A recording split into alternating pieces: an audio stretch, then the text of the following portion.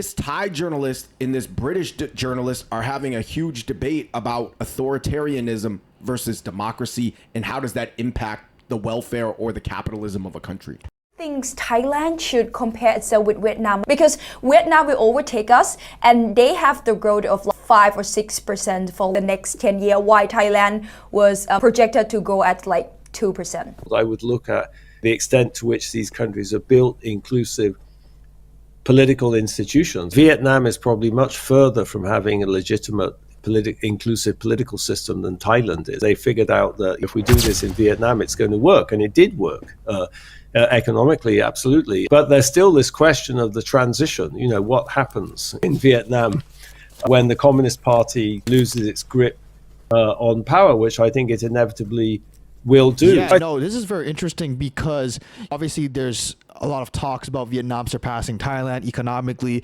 We're not saying Vietnam being this like big powerhouse economy in Southeast Asia doesn't mean that everyone's going to have a good life, right? But I know that Thailand has gone through authoritarianism, democracy many times, 13 coups. Yeah, the one big thing that I disagreed with this British journalist is that one, Thailand even has democracy. I think that's like up for debate. And then number two, the truth is, I think he's equating democracy with these hyper-dynamic cultures and economies, when the truth is, if you look at like Singapore, you look at China, you look at Vietnam, they don't have democracy at all.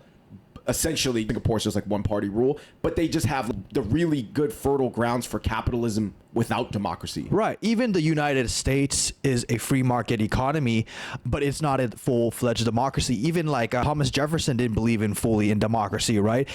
America is a constitutional republic, and that's like a very conservative talking point, but it's true. Yeah, I would honestly say that America is really just a democracy on social issues, but it's actually not a democracy on market economic issues. No, and for example, even like you can never vote yourself out of the First Amendment, Yeah, I think, to be honest, like sometimes journalists, they like buy too much into this like Plato, Socrates versus like Confucianism thing.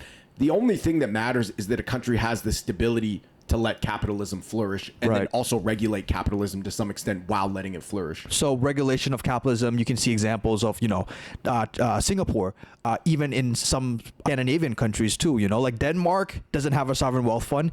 It is striving economically, and it's more of a social market economy. Yeah, it basically, to me, it's a lot like sports. It has to do with your personnel, and it has to do with your schematics, but the schematics that you can run for your system even depends on your personnel, which is like the ability of people to accept or not accept a system. This is a very involved topic. I feel like we can do a 1 hour debate and on this. So Pita, if you're watching this, I know you follow us, so if you want to talk about it, it'll be dope.